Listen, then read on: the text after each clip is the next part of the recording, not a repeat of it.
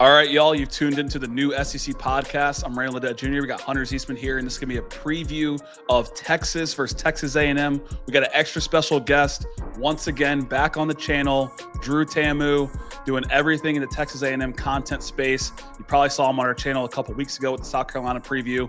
And right now, A&M is continuing to roll with one of the biggest games in program history. So, Drew, tell us how you're feeling for this game, and once again, welcome back.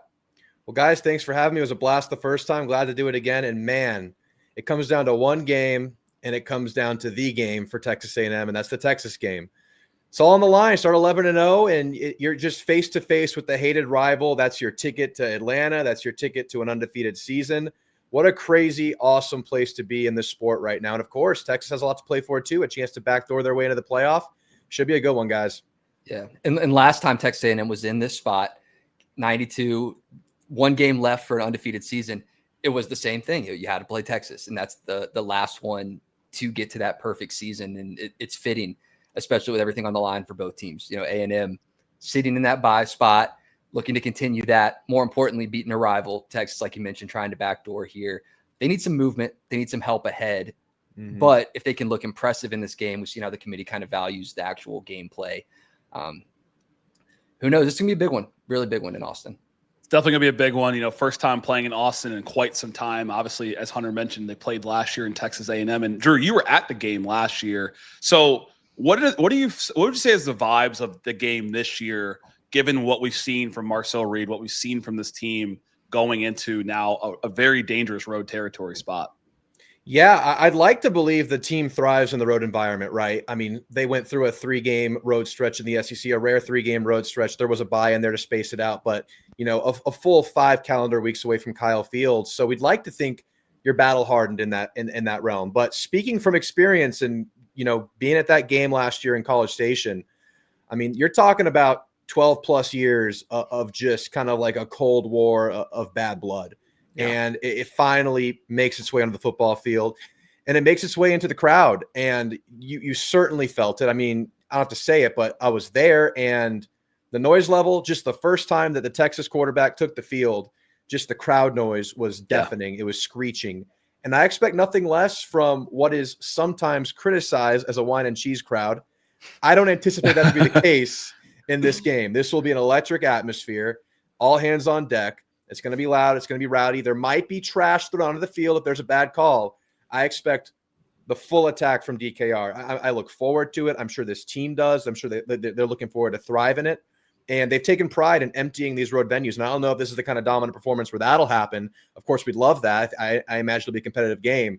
But I think Marcel Reed and these boys are ready to go out and do some work on the road.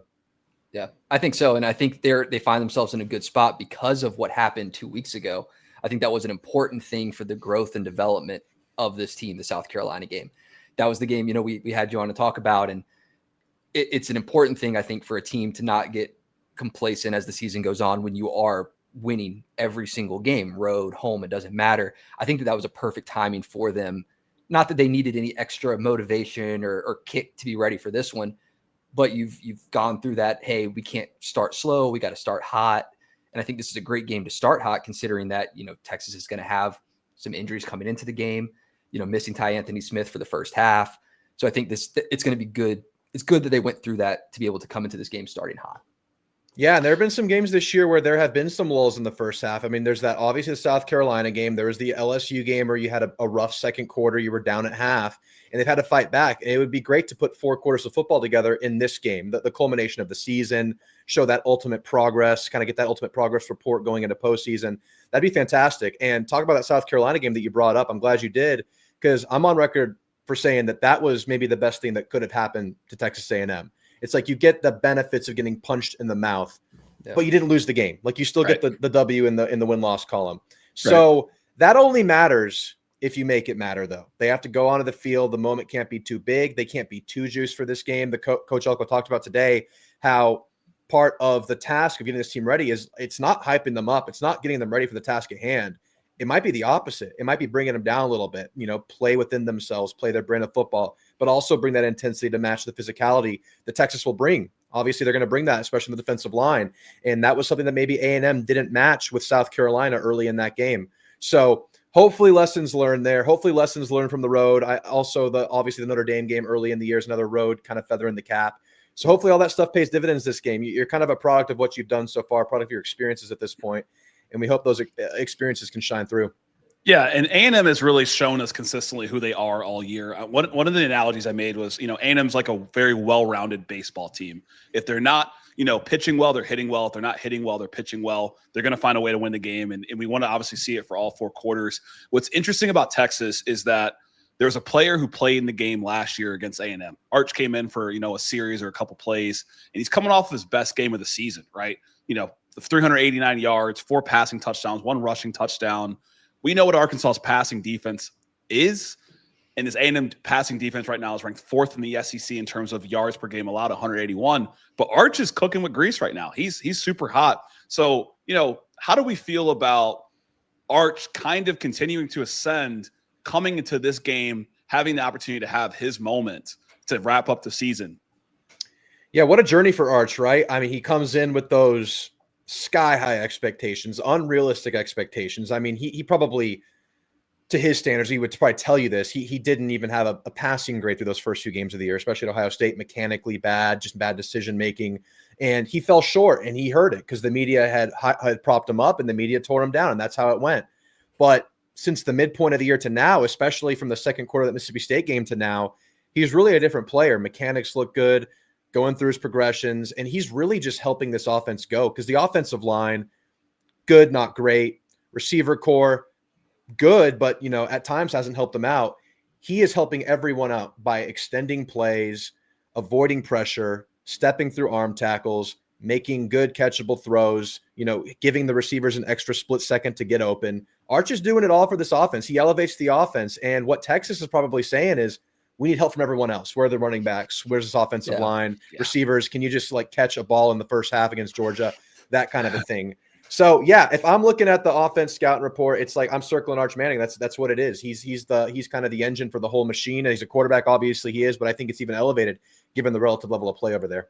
Yeah, absolutely. And it's important to bring up kind of him doing a lot in some of the balls being dropped in other points. I think he has 19 drop passes right now. Marcel, we're kind of in that same category, but I looked at Arch and I was like, okay, developmentally, he did it against Arkansas. He's done it against some inferior teams. What's a team that he played that maybe matches a little bit more of the defensive prototype that Texas A&M has? And it's Oklahoma, 1st in sacks per game. Texas A&M number 2 right behind. They're going to get that pressure there. Arch wasn't Superman in the Oklahoma game by any means, but what he did in that game that helped give them a chance offensively was getting the ball out quick. Average depth of target 4 yards in that game. I think that's going to be important, especially with the pressure, the different blitzes that A&M brings, that he gets the ball out quick for Texas to have a shot in this game, especially if they do bring, Damian Sanford, if they bring Dalton Brooks down into those blitz packages, because then you lose those additional, second, third level guys that, as they make those run after catch plays, if that happens. Yeah, absolutely. And I think one thing that OU kind of data point there as far as the defense versus their offense is a really good one. But I think the thing that we're looking at A&M to offer more is just more punch on offense and more complementary football than what OU can bring. Because, I mean, the offense at OU, it's like effective as long as that defense is giving it, 40-yard drives and the kicker can kick a 70-yard field goal. You know what I mean? But yeah, we're hoping for some more complementary football to maybe help out that, defensive attack, maybe keep them off the field a little bit. Of course, A&M can be explosive. They can get off the field quickly, whether it's positive or negative.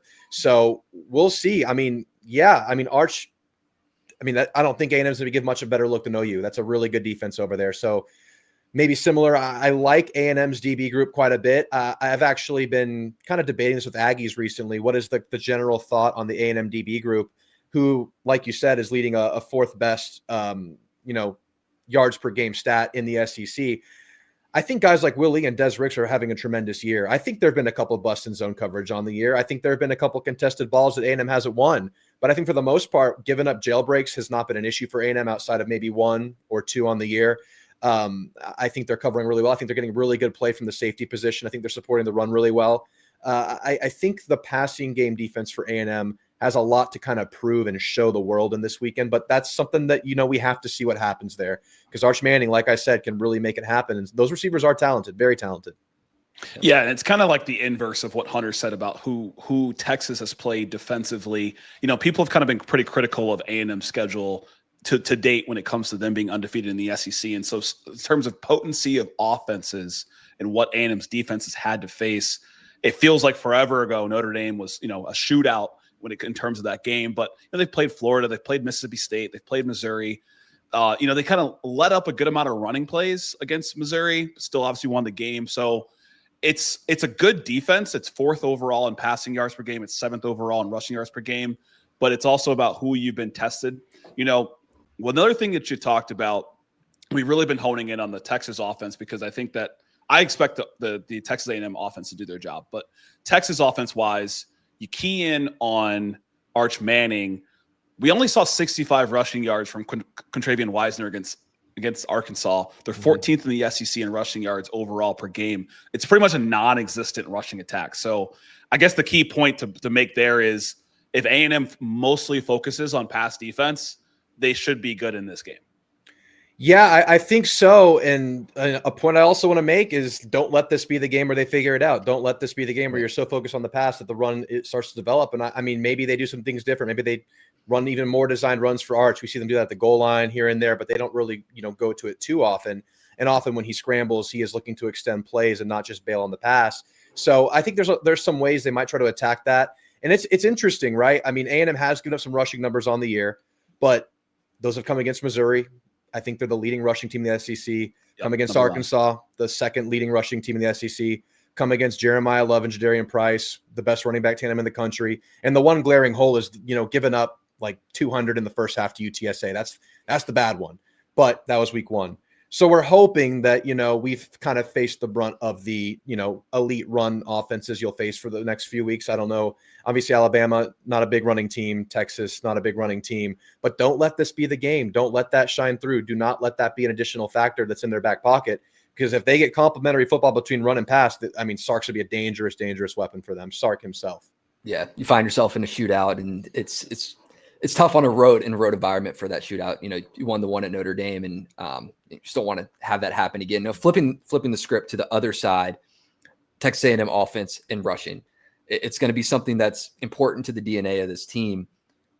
They're having the issues, injury bug. You had the issues with Moss, and then you see Reuben Owens, scratch from the last game, probably just a good recovery time for him. Mm-hmm. If those two guys aren't 100%, we got to see Amari Daniels, we got to see, Morrow in the last game. You have such depth. Where do you see kind of the A&M running back room playing into this game? Because Texas' run defense is pretty solid, but they're missing some of their key guys to start the game. Yeah, it's definitely an interesting factor.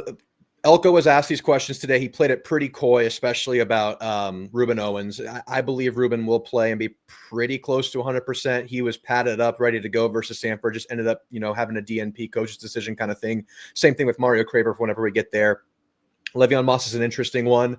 I'd say it's a true questionable right now. He said, "We'll see." Probably not, but we'll see. That's the quote right there. So we'll see. We'll see what happens there. But what A&M has done really well is kind of finding the rush yards in the aggregate, whether that's receivers getting involved in the running game, whether that's going to EJ Smith or Jamarian Morrow. We saw another true freshman, Tiger Ryden, who started the season injured, get some really nice reps under his belt versus Sanford, of course. I don't know if they have to go that deep down the line. And, of course, Amari Daniels is a grizzled vet who hasn't really had much opportunity this year. And then Marcel Reed himself. So there's a lot of ways A&M could go with it. I would wager in a game like this, they're going to pass, set up the run. I think that's kind of how it's been. I think the running game has kind of come on late as the Tommy Moffitt strength and conditioning kind of shines through. As A&M finds himself with a 10-point or so lead late in the game, they really start leading on that running game. And I would say at that point, that's more offensive line kind of wearing and bruising. And, you have the running backs to make it go. I wouldn't be totally fearful of an inadequate running game if both of them were out. I would not feel great about it. Because how A&M can be so versatile, certainly would love to have both of them, and especially Le'Veon. He's kind of your, line up under center, short yard situation, get downhill, run at people. You don't really do that without him. You're more in shotgun running. You're more using the leverage of your quarterback run when Le'Veon's not there. So it really opens up an entirely another dynamic on your team. You've seen A&M get a lot more creative in short yard stuff. If Le'Veon's out, when he's been out, you see them hand the ball to Nate Borkashire, the tight end who plays H-back in those scenarios. Yeah. So it would be nice to get down to basics because Le'Veon's the kind of guy that just runs through people, and you don't really have that with the others. You might have that in some younger guys, a little bit from E.J. Smith, but, not at the level that Le'Veon can bring. So I would say make it up in the aggregate. You look at the A&M stat totals in terms of rushing yards, it's very evenly dispersed. A&M's I think they're top 4 in rushing in the SEC, or top 2 maybe. Third in the SEC. So you're pretty spot on. 195.9 yards per game. So you talked about it. It was like Missouri first, Arkansas second, A&M's third. So they're definitely up there, and it's interesting. Like what I took away from what you were saying is just the way that what Le'Veon does coming into the game and how they can use the different backs. And I would imagine, I'm not Le'Veon Moss, obviously, but I would imagine he's going to come in if he feels somewhat healthy, if they need him. And it could be a good test because, as Hunter mentioned, this is a really good rush defense, kind of getting prepared for the playoffs, just like getting a couple reps, maybe like 5 carries, just to get the palate wet could be helpful. Hunter, thoughts on that? Well, I think a big thing in this game is part of why Texas's run defense was so good. And you look at the statistical averages. Last week was a bit, against Georgia was a bit different. They've been able to be run on as of late. You saw, like I mentioned earlier, Ty Anthony Smith got the targeting, so he'll be out for the first half. Anthony Hill Jr. coming back off of the hand injury, that affects tackling. If you take these two guys and what they mean to the run defense for Texas, between the two, 83 tackles, 4 forced fumbles, and 2 interceptions, just between those two guys. They're 2 in the top 5 tackling leaders for Texas right now. So, I know the running for A&M can come on late. You have an opportunity, I think, in my mind, from a play calling standpoint, to attack a team that's a little bit down quick. You'll have to worry about the Colin Simmons edge, but until you start, one player doesn't change the whole show, sure. But how do you start to attack while they're a little bit cold coming into the game? Yeah, it's a good point. I mean, I'd be excited to see them try that. I mean, Texas has shown some vulnerabilities and sitting the edge in the run game, especially against Georgia. We saw the Texas run defense really break down late versus Georgia.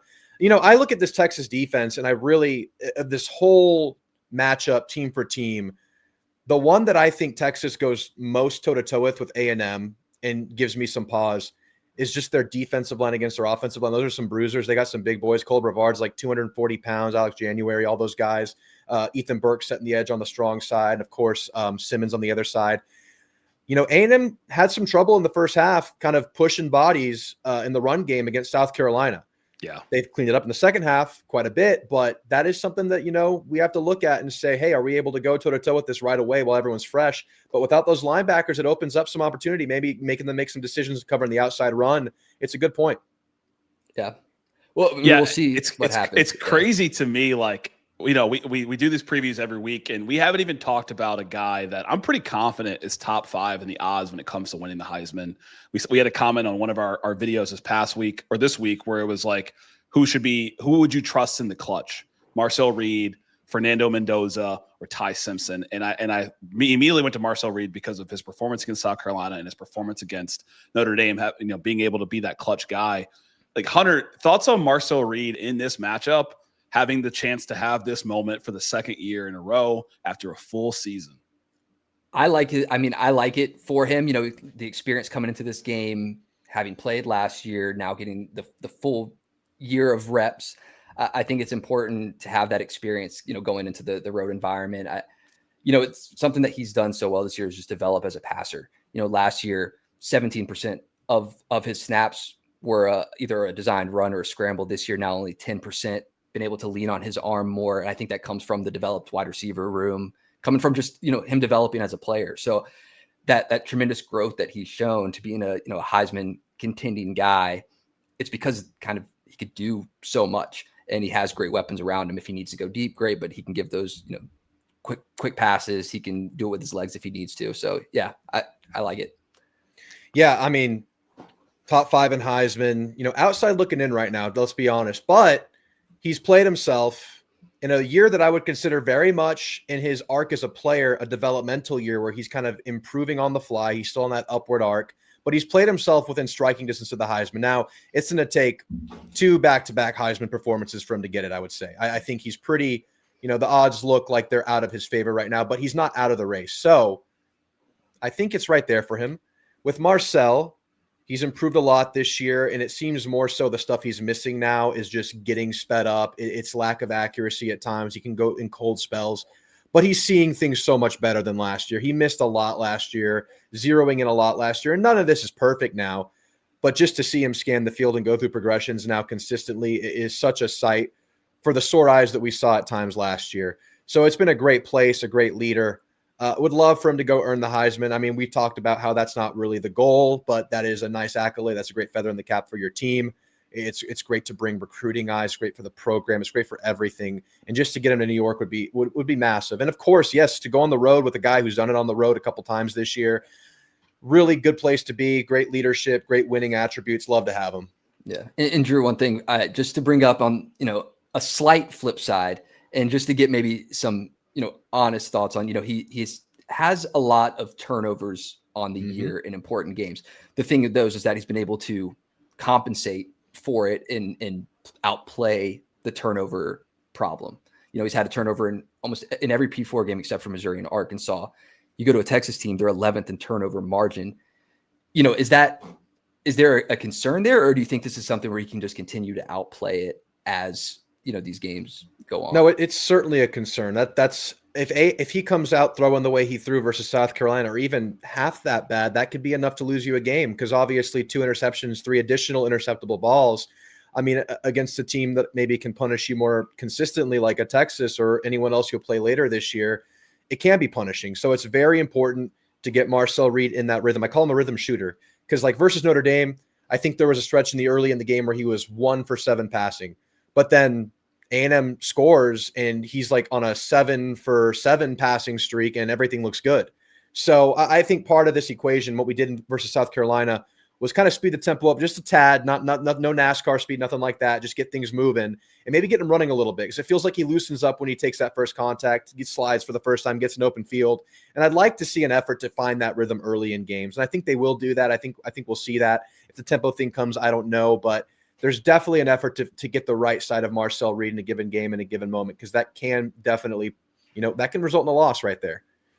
Yeah, he's their second leading rusher on the team right now. We talked about the myriad of running backs they have, so it's definitely important for him to get the running game going. But it kind of ties to final keys. I mean, I feel like Hunter kind of touched on it, but for A&M, it's really controlling the football, not giving Texas extra possessions, establishing a good passing game, and making Texas an already one-dimensional team even more one-dimensional, and putting pressure on Arch, because he's obviously been playing super well, at least for me.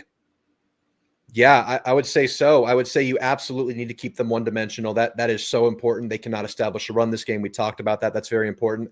Offensively, I think it's about finding that rhythm for Marcel. I think they're going to invite him to pass. I think that's going to be there. And he just has to hit guys, because obviously these receivers can help him so much. Short passes can be explosives for this team, and they've made money on that. That was the Notre Dame game right there. But there have been times in games where he can dissect zone defenses, understand what he's seeing in man defense. He can do that, but obviously getting him some easy looks is very beneficial when you have weapons like Craver, Concepcion, Ash, and Bethel Roman. So I would say find that rhythm for Marcel, and by no means can they become a successful running team in this game. Can Texas? Yeah. And love to see Bethel Roman just slowly developing and becoming another one of those options we've talked about over the past couple of weeks, especially when we talked in the Samford game, is, absolute dog. Getting some of these other guys, those additional reps, because Craver and Concepcion are so good that they've taken such a large market share of the targets. But there's been a lot of good opportunity over the past few weeks for some of these younger guys to continue to get reps. So, in this game, key for me, looking at A&M, key, not allowing anything really after the catch. I think that's going to be important.